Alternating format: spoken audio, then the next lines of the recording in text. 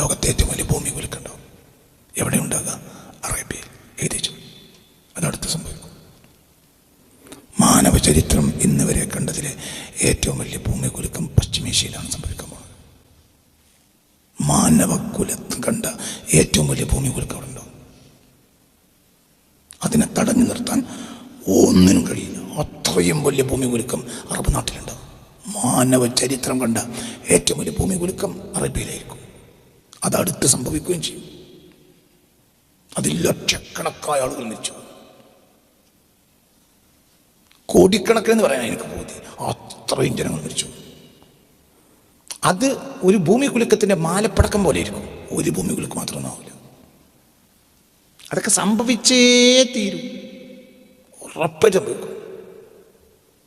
അതൊക്കെ സംഭവിക്കേണ്ടത് 21-ാം നൂറ്റാണ്ടിലാണ്.